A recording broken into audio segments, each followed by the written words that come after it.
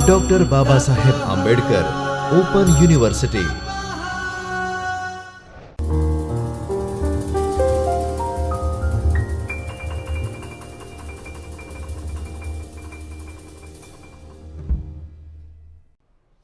नमस्कार, मैं doctor Manish Dubey, assistant professor school of education, doctor Baba Saheb Ambedkar open university में आप सबका हार्दिक स्वागत है। आज हम अध्ययन करेंगे बीएड ओडीएल में पेपर ES 102 वर्तमान भारत में शिक्षण परिणामों, dimension of education in contemporary India. इसमें हम पढ़ेंगे block 4 unit 15 the process of social change. 15वीं यूनिट में हम पढ़ेंगे कि प्रोसेस ऑफ सोशल चेंज, कि सोशल चेंज का क्या प्रोसेस है, इसके बारे में पढ़ेंगे। इसमें एजुकेशन क्या भूमिका रही है, इसके बारे में हम अध्ययन करेंगे। जिससे पीछे हमने पढ़ा कि सोशल चेंज होता क्या है और टीचर का क्या रोल होता है। तो इसमें हम अध्ययन करेंगे कि पहले हम जो आज का है वो देखेंगे। इंट्रोडक्शन है, limitation of education, education as a tool for social change, क्या क्या हो सकता है, कैसे क्या क्या लिमिटेशन है जो education as a tool social change काम करता है। प्रोसेस ऑफ सोशल चेंज क्या है, relationship between education and social change, social change में और एजुकेशन में क्या संबंध है, इस पर हम बात करेंगे।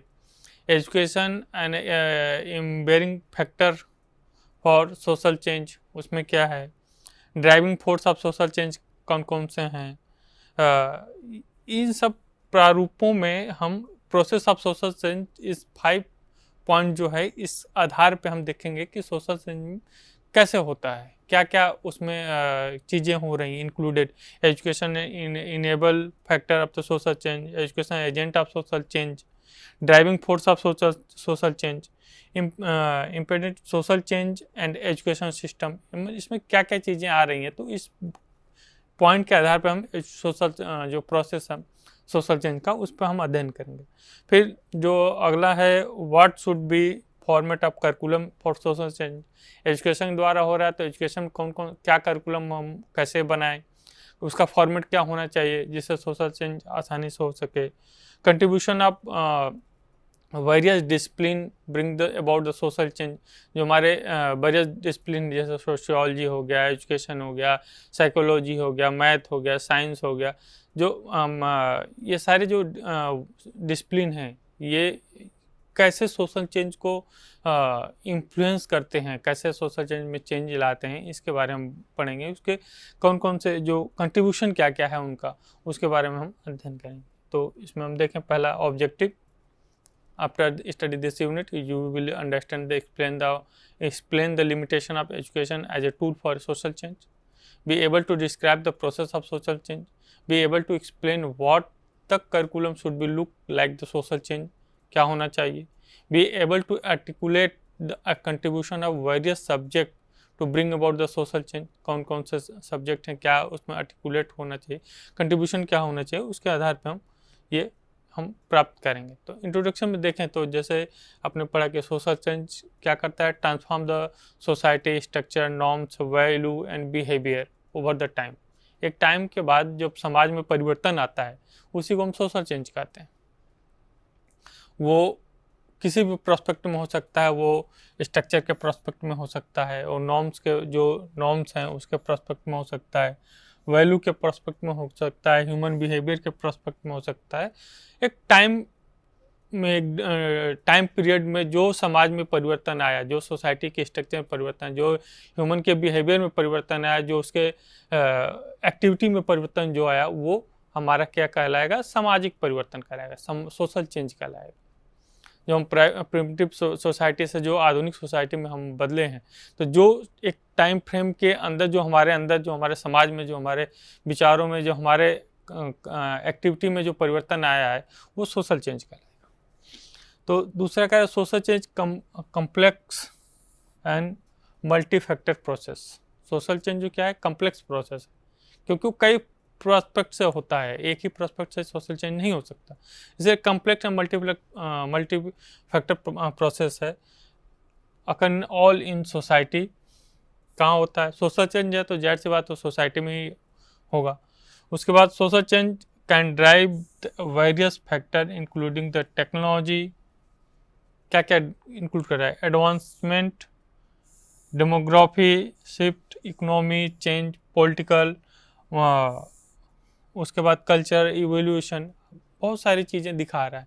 जैसे फिगर है, फिगर में आप देखेंगे चेंज कैसे हो रहा है, इंडिविजुअल से कैसे चेंजेज आ रहे हैं। जैसे कह रहा है कि इंडिविजुअल वैल्यू की बात करें हम, यहाँ जो बात कर रहा है कि इंडिविजुअल वैल्यू में कह रहा है कि जब किसी भी इन्फ्लुएंस से किसी व्यक्ति के अंदर जब उसके विचारों में परिवर्तन आएगा, उसके सोच में परिवर्तन आएगा, setup encourage commitment, self commitment जब होगा उसका, जब वो सोचेगा, उसके विचारों में परिवर्तन आएगा, तो उसमें जो चेंजेज आएंगे वो क्या कहें, जब इंडिविजुअल के चेंज आएंगे तो धीरे धीरे वो अपने जो उसके व्यवहार में चेंज है वो समाज में प्रदर्शित होगा, वो दिखेगा तो ग्रुप में कोलैबोरेटिव ग्रुप वैल्यू चेंज करेगा, धीरे धीरे इन्फ्लुएंस करेगा लोगों को।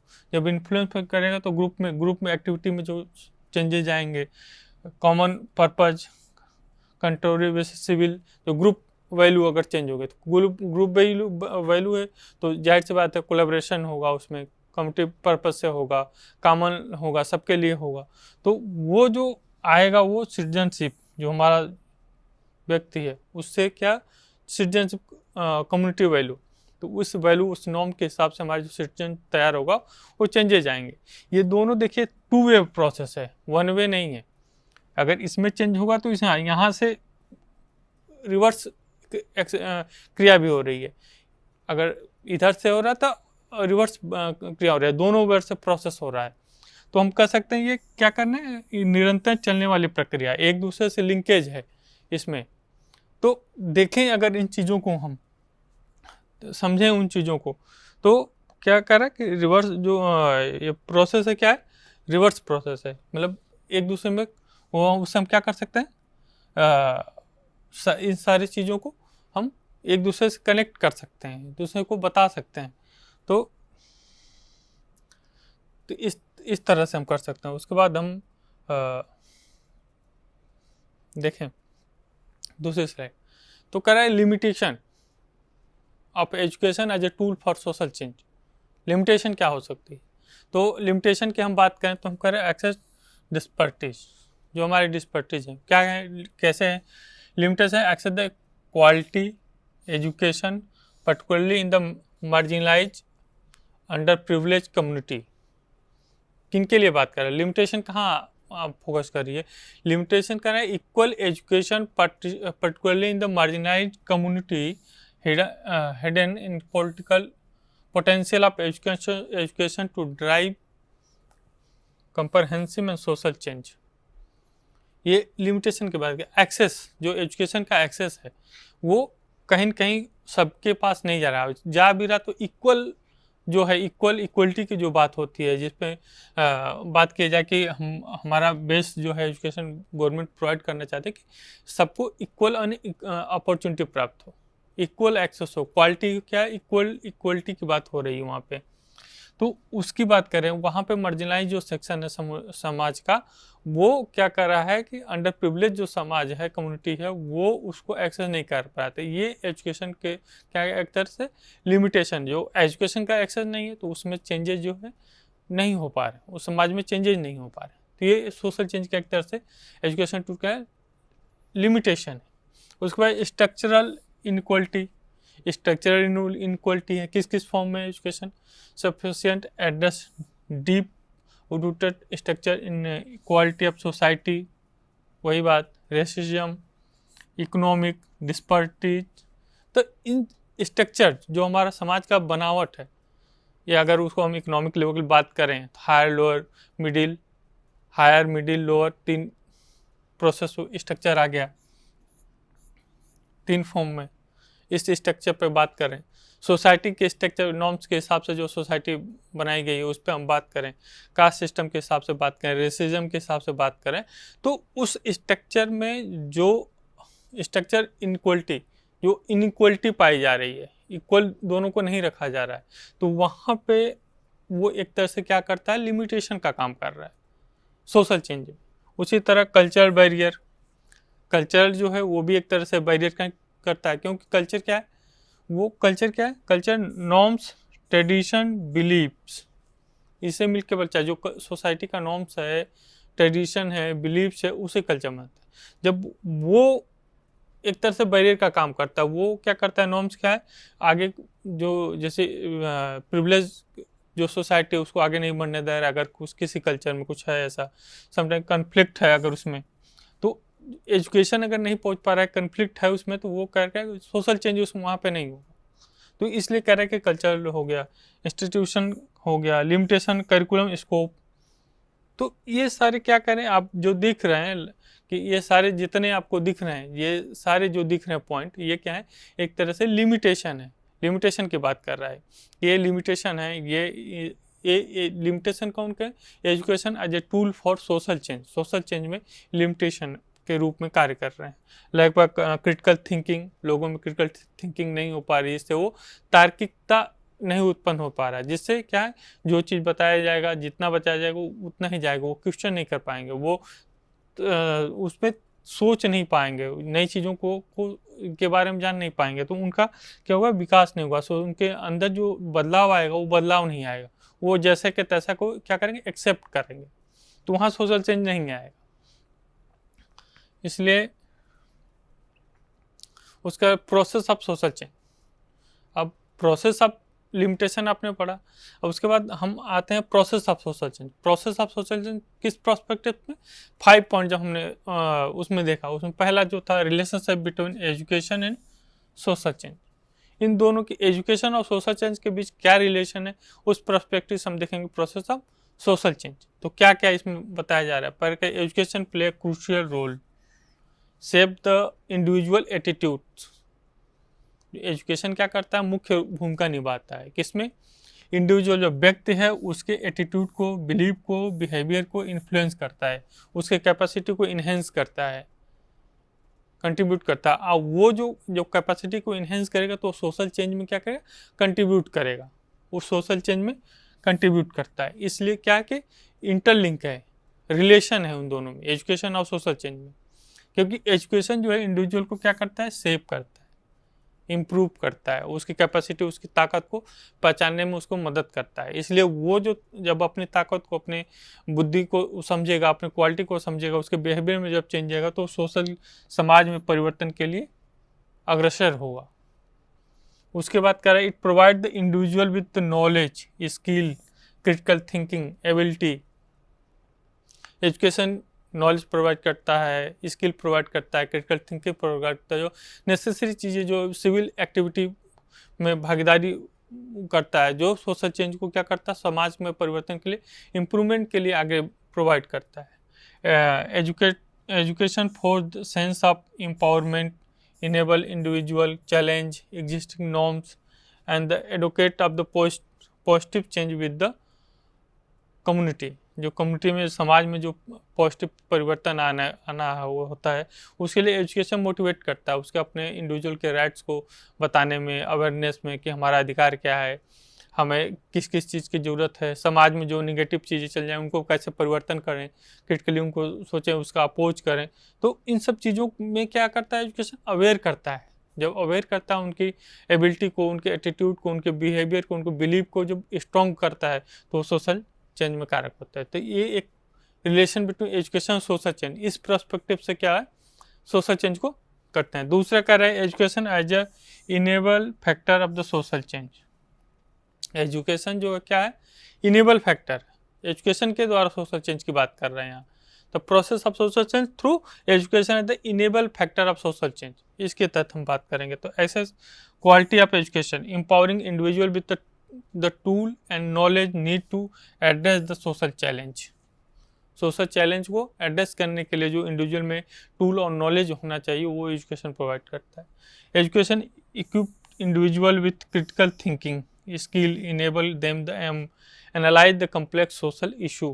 कह रहा है कि जब इंडिविजुअल क्या होगा, एजुकेटेड होगा, जब समाज एजुकेटेड होगा, जो समाज में रहने वाले लोग एजुकेटेड होंगे, उनके अंदर क्रिटिकल थिंकिंग होगी, उनके अंदर इनेबल जो स्किल है वो अवेयर होंगे अपने अपने राइट्स के प्रति, अपने नॉलेजेबल होंगे, तो जो कम्प्लेक्स, जो समाज में जो इशू आ रहा है, समाज में जो समस्या उत्पन्न होगी, उसको क्या करेंगे, वो तार्किक रूप से उसको सुलझाने के काम मदद करेंगे, उसको उस समस्या का निदान करेंगे, उसको समाधान करेंगे, उसको सुलझाने की कोशिश करेंगे। तो जिससे क्या होगा, जिससे समाज में परिवर्तन आएगा, समस्या सुलझेगी, समाज में शांति स्थापित होगी और समाज में परिवर्तन होगा। और फार्मुलेट इंफॉर्मेशन ओपिनियन, और अपना ओपिनियन देंगे, जिससे अलग तरह के विचार, अलग तरह के लोग प्रभावित होंगे, और नए नियम और नए जो कुरीतियाँ उनका दमन होगा, और नए नियम और नए जो समाज को आगे बढ़ाने वाले नियम है, उनका नए नियमों का निर्माण होगा। तो इस तरह से एजुकेशन क्या कह रहा है, इनेबल फैक्टर है सोशल चेंज में। उसके बाद तीसरा जो फैक्टर है वो बात करता है, वो कह रहा है कि education as a agent of social change, agent के रूप में एजुकेशन को देख रहा है कि एजुकेशन क्या है, एजेंट है जो सोशल परिवर्तन में काम करता है। इस माध्यम से हम समाज में जो सोशल चेंज के प्रोसेस को समझने की कोशिश करेंगे। यहाँ करेंगे एजुकेशन इंस्टीट्यूशन सर्व प्लेटफॉर्म। जो एजुकेशन इंस्टीट्यूशन है, जो विद्यालय है, जो महाविद्यालय है, जो यूनिवर्सिटियाँ हैं, वो एक ऐसा प्लेटफॉर्म प्रोवाइड करती हैं, डायमेंशन प्रोवाइड करती हैं, जो क्या करता है, progress of the idea, culture shift, innovative participation, innovative practice that can challenge existing social norms. वो ऐसा प्लेटफॉर्म प्रोवाइड करती हैं जो प्रोग्रेस करता है आइडिया को, कल्चर शिफ्ट जिससे होता है इनोवेटिव प्रैक्टिस एंड होता है, इनोवेटिव आइडिया आता है, इनोवेशन होता है, जो एग्जिस्ट करता है, जो चैलेंज करता है, जो social norm exist social norm में उसको चैलेंज करता है। इसलिए वो एक एजेंट के रूप में उसकी बात कर रहा है।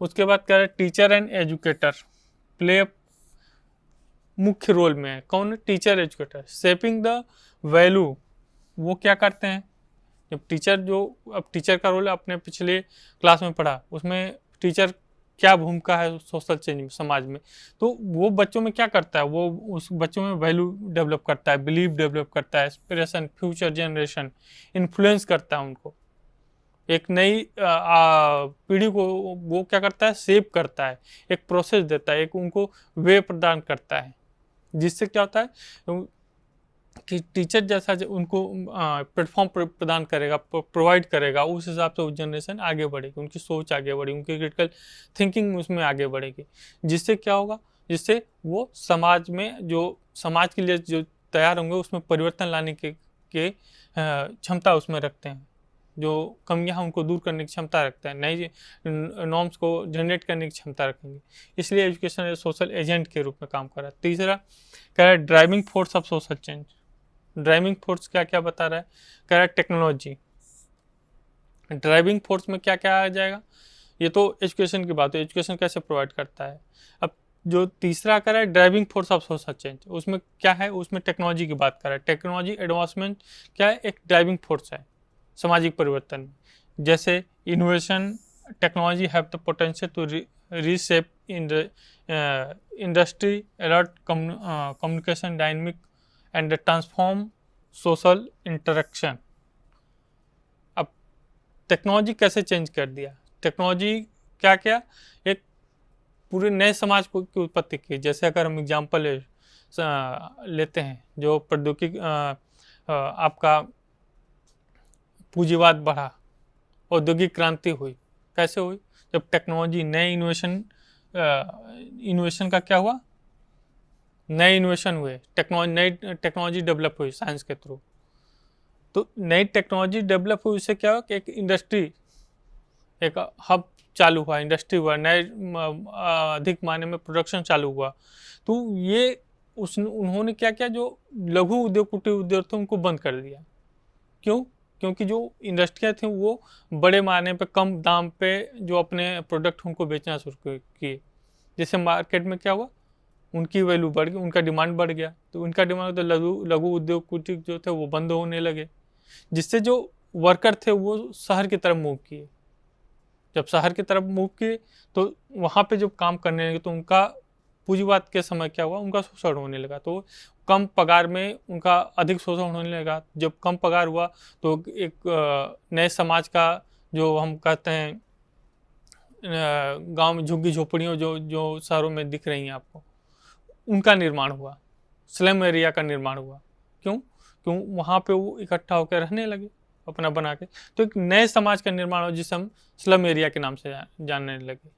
तो एक टेक्नोलॉजिकल एडवांसमेंट की वजह से हुआ, लेकिन टेक्नोलॉजिकल एडवांसमेंट से अभी के समय में देखें तो बहुत सारे परिवर्तन हो रहे हैं। आप मोबाइल का ले लीजिए, अभी पहले आप क्या करते थे, आप बात करने के लिए बूथ पे जाते थे, पीसीओ पे जाते थे, लेकिन अभी मोबाइल के जो टेक्नोलॉजी ट्रांसफ़र हुआ, टेक्नोलॉजी चेंज हुआ, टेक्नोलॉजी में नए इन्वेशन हुए, मोबाइल आया, मोबाइल के बाद मोबाइल आया, इंटरनेट उसमें ऐड हुआ, उसके बाद ड्रास्टिकल चेंज आया समाज में। सबके पास मोबाइल है, सब कम्युनिकेशन जो है एक दूसरे से ईजी हो गया, वीडियो कॉन्फ्रेंसिंग हो गया, लाइव बात करते हैं, लाइव चैट कर रहे हैं, तो कितना बड़ा कम्युनिकेशन चेंज हुआ उसमें, तो समाज में कितना परिवर्तन हुआ है। पूरे विश्व में आप कहीं भी पहुंचना चाहें, आप टेक्नोलॉजी के माध्यम से आसानी ईजी से पहुंच सकते हैं, पहले पॉसिबल नहीं था। तो ये किसके वजह से आया? टेक्नोलॉजी क्या है, एडवांसमेंट्स की वजह से। इसके वजह से क्या हुआ, पूरा समाज में परिवर्तन आया, पूरे समाज जो व्यक्ति हैं उनकी सोच में परिवर्तन आया, तो टेक्नोलॉजिकल ट्रांसफॉर्मेशन हुआ। डेमोग्राफिकल शिफ्ट हुआ। डेमोग्राफिकल शिफ्ट कैसे हुआ?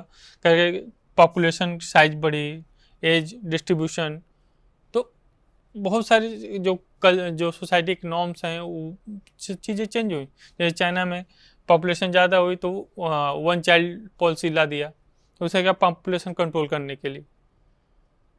तो वहाँ पे उस हिसाब से उसमें क्या हुआ, डेमोग्राफी उसमें जो समाज जो पॉपुलेशन जो उस रूल के आने से समाज में काफ़ी परिवर्तन हुए, लोग एक ही बच्चा करने, उससे क्या हुआ, वहाँ पे जो युवा जो हैं उनकी संख्या कम होने लगी, वृद्धों की संख्या ज़्यादा हो गई, तो समाज में परिवर्तन आया।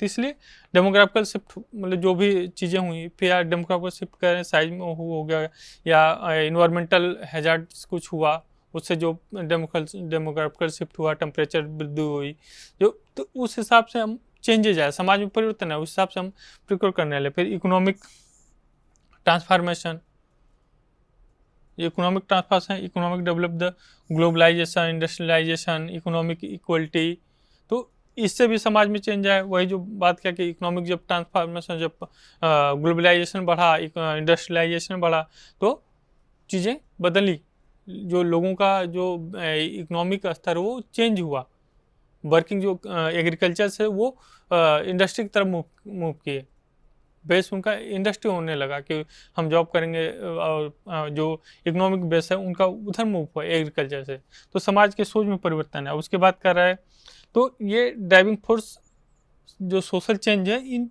आधार पे फिर पॉलिटिकल मूवमेंट हुए, social political activity, advance mobilise the effort of lead policy.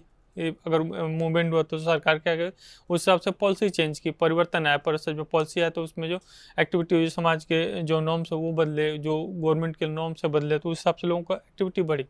तो ये सब क्या करते हैं, ड्राइविंग फोर्स है, ये सब मोटिवेट करते हैं सोशल चेंज को।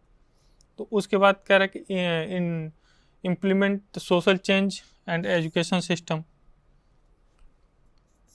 इम्प्लीमेंट, तो इसके आधार पर हम देखें तो कह रहा है कि limit access quality of education, उसके बाद कंटेंट करिकुलम पेडागोजी, फिर एजुकेशन को रिफॉर्म करें। तो इस आधार पे, चारों बेस के आधार पे हम सोशल चेंज की बात करते हैं कि कैसे जो सोशल चेंज का जो प्रोसेस है वो कैसे मूव करता है एजुकेशन के थ्रू, एजुकेशन एज एजेंट के, ड्राइविंग फोर्स क्या क्या है सोशल चेंज में।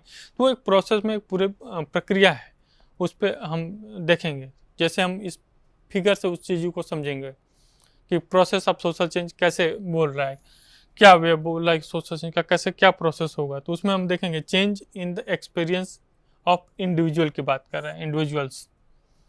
जब किसी भी पर्टिकुलर व्यक्ति के एक्सपीरियंस में जब चेंजेज आएगा, इंडिविजुअल्स के एक्सपीरियंस में जब चेंजेज आए, तो वो मूव करेगा किधर, नेक्स्ट स्टेप पे कर, change in the attitude of individuals. तो जब एक्सपीरियंस में चेंज आएगा तो उसका एटीट्यूड बदल जाएगा।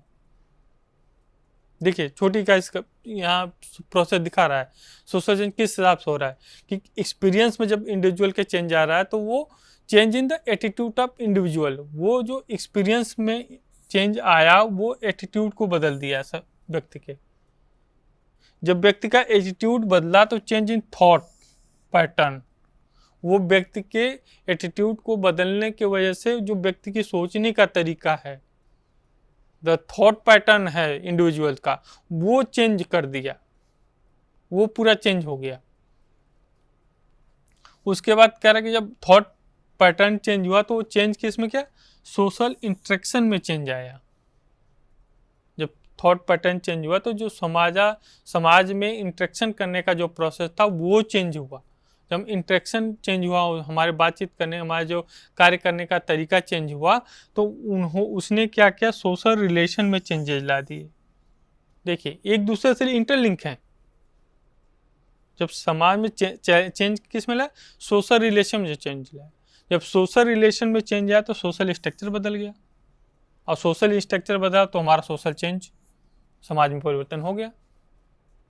तो इन स्टेप के आधार पर अगर हम देखें, जैसे एक एग्जाम्पल लेके समझें तो चेंज, जैसे हम साइंस बात करें, टेक्नोलॉजी की बात कर रहे हैं, तो टेक्नोलॉजी ने, जब टेक्नोलॉजी नया इनोवेशन आया, मान लीजिए इंटरनेट आया, मोबाइल आई, मोबाइल से इंटरनेट जुड़ा, लैंडलाइन से जब मोबाइल इंटर की समाज में तो लोगों को आसान हुआ बात करने में। वो मूव करके, पहले कॉर्डलेस था तो वो एक रेंज में मूव करके 200 मीटर में या 100 मीटर में रेंज में मूव करके बात करने लगे।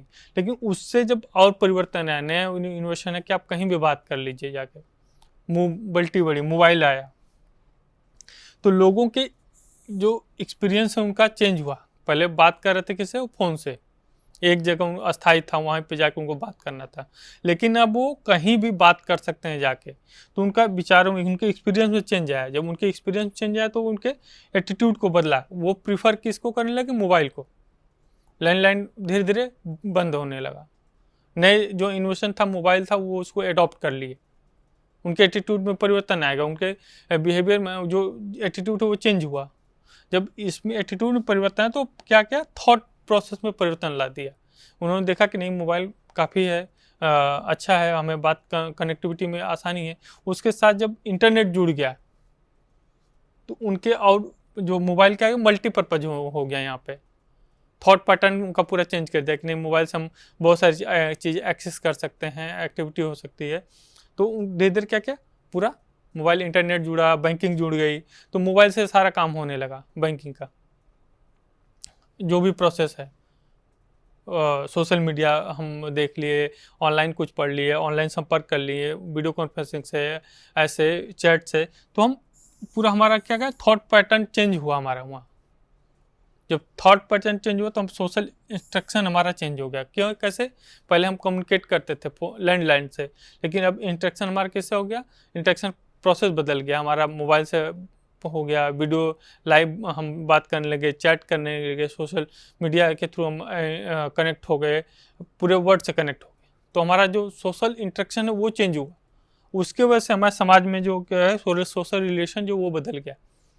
पहले हम कोई निमंत्रण देने हम किसी घर जाते थे, अभी हम मोबाइल पे चैट कर देते हैं, व्हाट्सअप कर देते हैं, मैसेज भेज सकते हैं, या कार्ड को हम भेज दिया, तो सोशल रिलेशन बदला, दूरियां लोगों पर नहीं, लेकिन कम्युनिकेशन है वहाँ पे। उसने क्या किया, सोशल स्ट्रक्चर को ही बदल दिया, वो जो तरीका था उस चीज़ को बदल दिया। अब देखेंगे अपने समाज में, उसके वजह से जो आधुनिक समाज, जो अभी का समाज जो हमारा वो डेवलप हो गया। तो यहाँ से जब हम चले थे लैंडलाइन से और वो मोबाइल तक आ गए, तो ये प्रोसेस जो टेक्नोलॉजी के द्वारा समाज में परिवर्तन है, ये सोशल चेंज का कारण हो गया। नए हम दौर में गुजरे, जो समाज था हमारा पहले, वो समाज जो यहाँ पे समाज था वो अभी काफ़ी आगे चला गया, उस समाज में परिवर्तन हो गया। एक टाइम पीरियड के बाद हमारे समाज में क्या हुआ, चेंज आ गया। तो ये हो गया क्या, प्रोसेस ऑफ सोशल चेंज, पूरा प्रोसेस आ गया। एग्जाम्पल से हम समझ लिए कैसे चेंजेज आए, स्टेप बाय स्टेप। एक्सपीरियंस में आया, एटीट्यूड में आया, एटीट्यूड में आया तो हमारा थॉट पैटर्न जो चेंज हो गया। उसके वजह से हमारा सोशल इंटरेक्शन चेंज हुआ, सोशल इंटरेक्शन चेंज हुआ तो हमारा सोशल रिलेशन बदला, हम कैसे एक दूसरे से संबंध स्थापित किए, जो हमारा लेन देन था वो कैसे हो गया, हम मोबाइल से ऑनलाइन करते हैं। पहले हम बैंक जाते थे, हम बैंक जाने की जरूरत नहीं है, मोबाइल से ट्रांसफ़र कर दिए। वॉलेट जो पर्स रखते थे, पर्स अब कैश वाला सिस्टम ख़त्म हुआ तो हम ऑनलाइन, मोबाइल ही बैंक हो गया हमारा। बहुत सारी चीज़ें चेंज हुई इस प्रोसेस से, टेक्नोलॉजी की देखें। एक एग्जाम्पल मोबाइल का अगर हम लेके देखें तो सिर्फ कम्युनिकेशन का माध्यम लेके, उससे क्या क्या चीज़ें बदल गई समाज में परिवर्तन, उससे कि हमारा पूरा स्ट्रक्चर बदल गया, बैंकिंग स्ट्रक्चर बदल गया, कम्युनिकेशन स्ट्रक्चर बदल गया। हमारे देखें तो सोशल मीडिया का पूरा एक बड़ा स्ट्रक्चर बदल गया, उससे कितना ज़्यादा समाज में परिवर्तन आ गया, सामाजिक परिवर्तन हुआ यहाँ से, और यहाँ में कितनी ज़्यादा प्रोग्रेस हुई। तो एक पूरा ये क्या था, ये वे था, एक एक दूसरे से इंटरलिंक, एक पैटर्न है कि ये इसके बाद ये इस पैटर्न से पूरा एक समाज हमारा परिवर्तन हुआ। ये है पूरा प्रोसेस सोशल चेंज का। नेक्स्ट देखें तो कह रहे कि what should be the format of curriculum in for social change. अगर हम एजुकेशन के द्वारा सोशल चेंज करना चाहते हैं तो करिकुलम का फॉर्मेट क्या होना चाहिए, उसकी हम बात कर रहे हैं। तो उसमें अगर हम देखें, जैसे कह रहे हैं कि जो फॉर्मेट है उसमें बात करें नीड असेसमेंट, कंटेक्स्ट एनालिसिस। जो असेसमेंट है उसमें कह रहा है कि जो असेसमेंट की बात कर रहा है कि जो नीड असेसमेंट, कंटेंट एनालिसिस। दूसरा क्या है, clear learning objective, interdisciplinary approach. ये हम करिकुलम में अपने आप जब करेंगे तो चीज़ें चेंज होंगी। इंटरडिसिप्लिनरी अप्रोच हम लाएंगे, मल्टीपल इंटरडिसिप्लिनरी अप्रोच। क्यों इंटरडिसिप्लिनरी अप्रोच? इसलिए कि हमें क्या करना है कि हर चीज़ों का नॉलेज होना चाहिए, अलग अलग सब्जेक्ट। एक बंदा जो इसको वो साइंस स्ट्रीम से, अगर उसको हिस्ट्री में भी रुचि है तो हिस्ट्री पर पढ़े, उसको जाने, सीखे उन चीज़ों को। मल्टी डिसिप्लिनरी की हम बात कर रहे हैं यहाँ पे कि एक बंदे के अंदर कई स्किल होनी चाहिए। साइंस क्या है तो सोशल साइंस को भी जाने, कि तभी वो सोशल साइंस और साइंस क्या करेगा, समाज और साइंस को इंक्लूड करेगा, डिफ्यूज कर पाएगा, क्योंकि उनकी समाज की ज़रूरतों को समझेगा और साइंस के थ्रू उन ज़रूरतों को पूरा करने की कोशिश करेगा वो, जब मल्टी डिसिप्लिनरी होगा। क्योंकि अगर सिर्फ समाज के बारे में हम जानते नहीं, हम सिर्फ साइंस जानते हैं, साइंस हम क्या करेगा, साइंस क्या करता है, समाज की जो ज़रूरतें हैं उनको फुलफिल करने की कोशिश करता है, जो समाज में प्रॉब्लम उनको दूर करने की कोशिश करता है। तो एक दूसरे को लिंक करना होगा, तो उसके लिए हमें क्या करना होगा, मल्टी डिसिप्लिनरी अप्रोच अपनाना होगा। तो उसकी बात कर रहा है, इंक्लूड करा जो सिलेबस हो उसके अनुसार हम क्या critical thinking, problem solving method अपनाएंगे, तो बच्चों में वो क्रिटिकल थिंकिंग होगी। तो जब क्रिटिकल थिंकिंग होगी तो समाज में परिवर्तन लाने की कोशिश करेंगे। तो इस पर्सपेक्टिव से हम कोलैबोरेटिव लर्निंग करेंगे, कम्युनिटी डेवलपमेंट प्रोग्राम कराएंगे, अवेयरनेस प्रोग्राम कराएंगे। तो ये सब अगर हम इंक्लूड करेंगे अपने करिकुलम में तो एक सामाजिक परिवर्तन में चेंज लाने का सोशल चेंज में भागीदारी जो है आसानी से हम चेंज ला सकते हैं। करिकुलम चेंज जब बात कर रहा है, करिकुलम चेंज की अगर हम देखें तो करिकुलम चेंज की बात कर कैसे कैसे किन किन प्रोस्पेक्टिव पे करिकुलम चेंज किया जा सकता है। सोसाइटल प्रोस्पेक्टिव से, सोशल की जो ज़रूरत है, समाज की ज़रूरत है, उसके हिसाब से हम करिकुलम डिज़ाइन करें। पॉलिटिकल फैक्टर अफेक्ट करता है करिकुलम चेंज में, पॉलिटिक्स जो गवर्नमेंट के हिसाब से जो चेंजेस, पॉलिसी के हिसाब से, रिसर्च के हिसाब से ऐसा करिकुलम बनाए जिसमें रिसर्च, टेक्नोलॉजी, इकोनॉमिक, सोसाइटी, इन फैक्टर क्या करते हैं, ये प्रेशर करते हैं हम करिकुलम को चेंज करें इनके अनुसार, जिससे वो एक बेटर समाज के क्या करें, नींव रख सकें, एक नए समाज में परिवर्तन लाने में योगदान दे सकें। तो सोशल चेंज समाज के हिसाब से जो हम करिकुलम बनाएंगे उसमें हम जो ये बात की हैं, जो पैरामीटर हम बात कर रहे हैं इस पैरामीटर की, the need the assessment, contact analysis and contact analysis, clear the learning objective, interdisciplinary approach करेंगे, एक्सपेरिमेंटल लर्निंग अपॉर्चुनिटी, तो ये सब जब हम प्रोवाइड करेंगे, करिकुलम में इंक्लूड करेंगे, तो वो हम किस बेस पे करेंगे? वो हम इस बेस पे करेंगे, सोसाइटी के बेस पे, पॉलिटिकल फैक्टर के बेस में, रिसर्च के बेस में, इकोनॉमिक्स बेस में, टेक्नोलॉजी के बेस में। तो इन सब के आधार पर जब इन सब को इंक्लूड करेंगे तो हमारा करिकुलम चेंज होगा। ये जो करिकुलम चेंज होगा वो सामाजिक परिवर्तन में योगदान देगा। लिंक है एक दूसरे पे, क्योंकि जब भी कोई करिकुलम, जो भी कोई समाज, जो इस एजुकेशन सिस्टम होता है वो समाज के अनुसार होता है, समाज के जरूरत के आधार पर बनाया जाता है।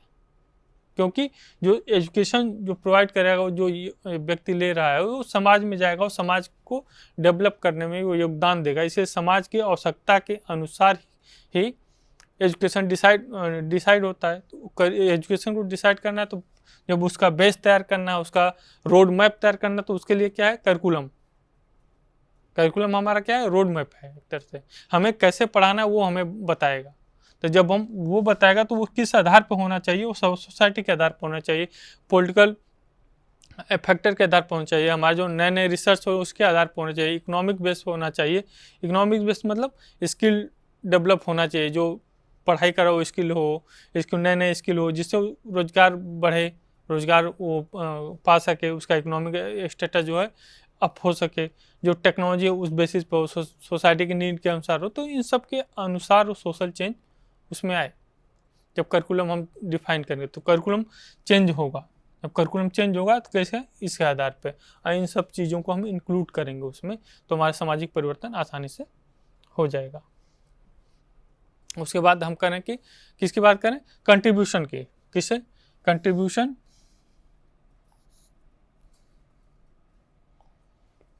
की बात करें। Contribution discipline bring about the social change. जो हमारे डिसिप्लिन है, जो हम पढ़ते हैं, जैसे sociology, psychology, technology, anthropology, political science, इन सब स्ट्रीम क्या करते हैं? कैसे सामाजिक परिवर्तन में योगदान दे रहे हैं, क्या कंट्रीब्यूशन है उनका, ये बात करें हम। तो सोशियोलॉजी की अगर हम बात करें तो कह रहे हैं कि समाज में सोशियोलॉजी क्या है? Understand the social structure. उसमें अगर हम देखें तो सोशल स्ट्रक्चर को समझने में, जो सामाजिक जो समस्या है या समाज का जो स्ट्रक्चर है उसको समझने में, वैज्ञानिक तरीके से अध्ययन करने में, वो जो सब्जेक्ट है वो सोशियोलॉजी है। समाज के इशू को, समाज की समस्या को, समाज को जब हम वैज्ञानिक तरीके से अध्ययन करते हैं, उसके स्ट्रक्चर को अध्ययन करते, जानने की कोशिश करते हैं, वो सोशियोलॉजी के थ्रू कर सकते हैं। हम बात करें सोशल परिवर्तन की, तो उसी के लिए हम क्या करना? सोशियोलॉजी को पहले समाज को समझना होगा, उसका स्ट्रक्चर क्या है, उसको किस सब्जेक्ट समझेंगे? सोशियोलॉजी से। तो सोशियोलॉजी का कंट्रीब्यूशन क्या है? समाज के स्ट्रक्चर को समझना। Sociology help analyse the understand the various social structure, hierarchy and institution that shape society.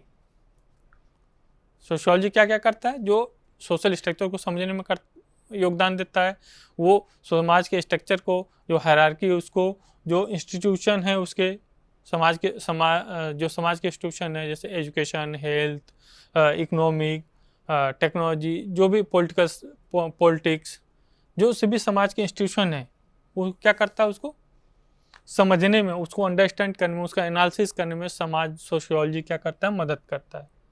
तो वो हमारा क्या करता है? सोशल चेंज में कंट्रीब्यूशन लाता है। उन चीज़ों को हम समझेंगे तब समाज में परिवर्तन ला सकते हैं। दूसरा क्या है? साइकोलॉजी।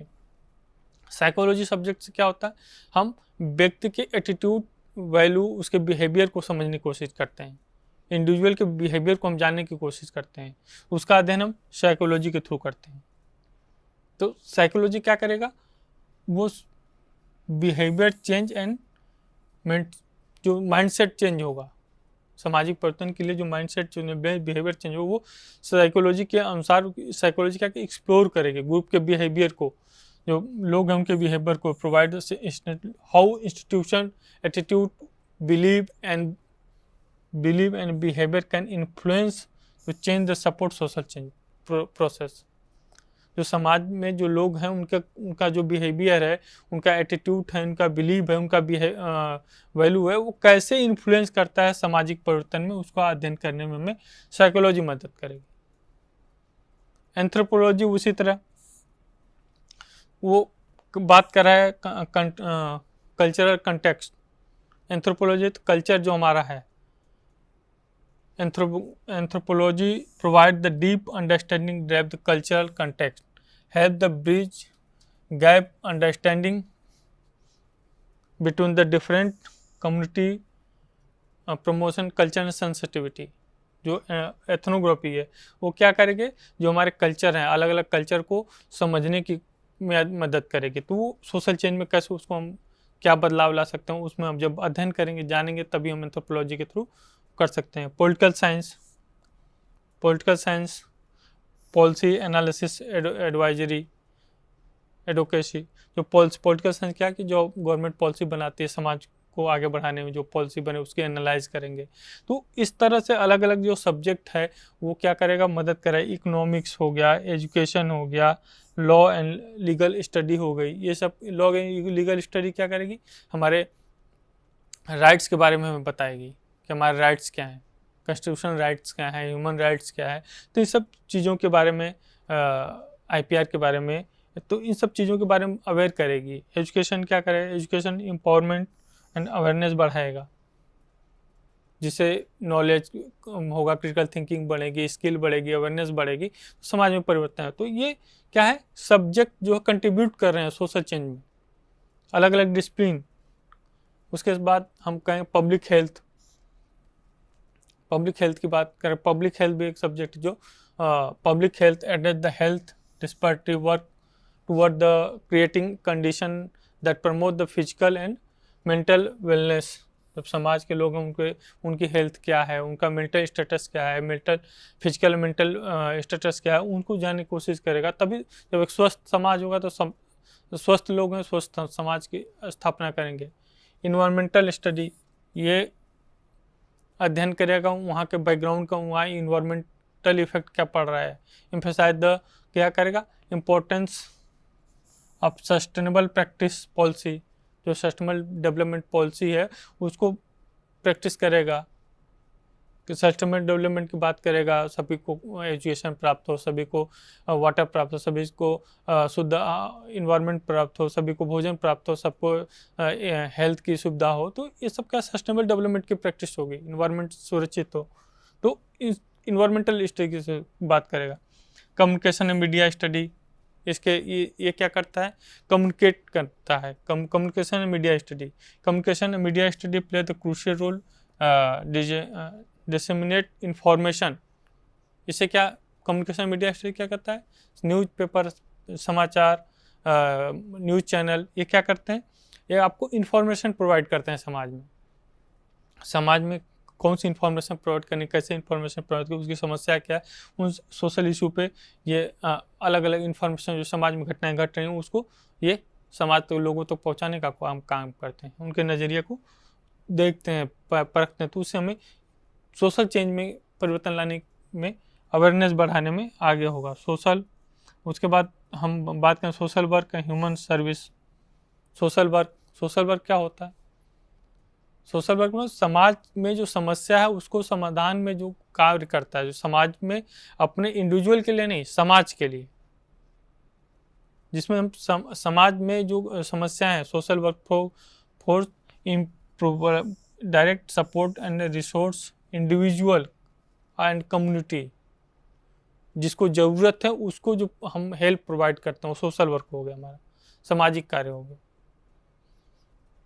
तो सोशल वर्क भी सब्जेक्ट जो है अलग स्ट्रीम है। तो वो एक तरह से ऐसे स्टूडेंट को डेवलप करता है जो समाज की समस्याओं को समझें, उनका अध्ययन करें, उनका समाधान करें, जिसको ज़रूरत है उसको मदद करें, उनके राइट्स को बताएं। तो अलग अलग वे में वो स्ट्रीम क्या करता है, समाज में परिवर्तन लाने की कोशिश करता है। Gender study and women study, जो जेंडर वायसनेस हो रही है, तो जेंडर स्टडी क्या करेगी, उनके राइट्स को बताएगी, वुमेन के राइट्स बताएगी। जो थर्ड जेंडर है उसके बताएगी कि नहीं, आपको भी इक्वल राइट्स, एजुकेशन के राइट्स है, हेल्थ के राइट्स हैं, नागरिकता आपको समान है, आपको पढ़ने का, रहने का, समाज में समान अधिकार है। तो वहाँ पे बात होगी कि आप भी आगे बढ़िए, समानता से अपॉर्चुनिटी आपके लिए भी, वो चीज़ें उनसे निकल के आएंगी उस अध्ययन से। तो criminal justice and criminology, criminal justice ये भी एक स्ट्रीम है जो क्या करेगा, जो अलग अलग जो क्रिमिनल एक्टिविटी हो रही है उसको कैसे कंट्रोल किया जाए, समाज में एक सुदृढ़ समाज की स्थापना कैसे की जाए, उन सब चीज़ों को फोकस करेगी, उन चीज़ों का अध्ययन करेगी, उसका रिपोर्ट तैयार करेगी, उसको हम बताएगी कैसे हम उससे समझा जा सके, कैसे उस क्राइम को रोका जा सके। तो ये सब जो स्ट्रीम आपने पढ़ा, ये क्या कर रहे हैं कि ये अपना अलग अलग कंट्रीब्यूशन अपने हिसाब से कंट्रीब्यूशन देते हैं, किसमें, एक सोशल चेंज में, समाज में परिवर्तन लाने में।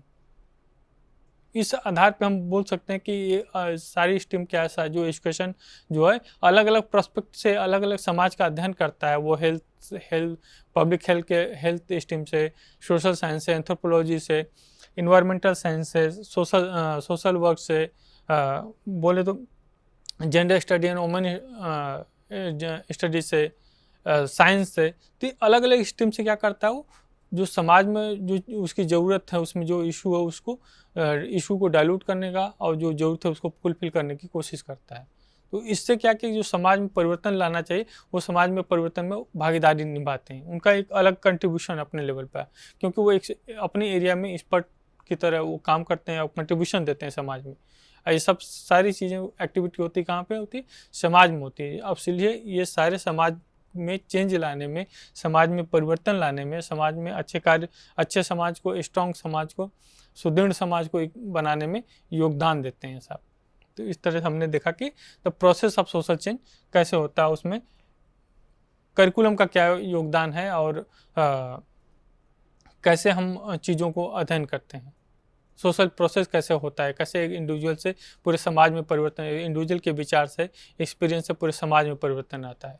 तो इस आधार पे हम जो पढ़ें उसमें इवेल्युएट करें, तो हम कह सकते हैं कि आप बता सकते हैं what should be the format of curriculum for the social change. Social change के लिए जो करिकुलम का फॉर्मेट है वो क्या होना चाहिए, किस हिसाब से आप अपने हिसाब से बताएं कि कैसा करिकुलम डिजाइन के जो सोशल चेंज में हमें योगदान दे, क्या फॉर्मेट होना चाहिए, आप एक्सप्लेन कर सकते हैं। Explain the relation between the education and social change. Education और सोशल चेंज में क्या रिलेशन है, इसको हम आसानी से एक्सप्लेन कर सकते हैं। Explain the contribution of various subject. जो सब्जेक्ट का कंट्रीब्यूशन हमने पढ़ा, तो उसमें अलग अलग सब्जेक्ट का क्या कंट्रीब्यूशन है, bring about the social change, जो सोशल चेंज में योगदान देता है, उसके बारे में हम बता सकते हैं, आसानी से अध्ययन कर सकते हैं, उस चीज़ को आसानी से डिस्क्राइब कर सकते हैं, एक्सप्लेन कर सकते हैं, समझा सकते हैं उन चीज़ों को। तो आसानी से आप कर लेंगे इसको। और इसी के साथ नमस्कार।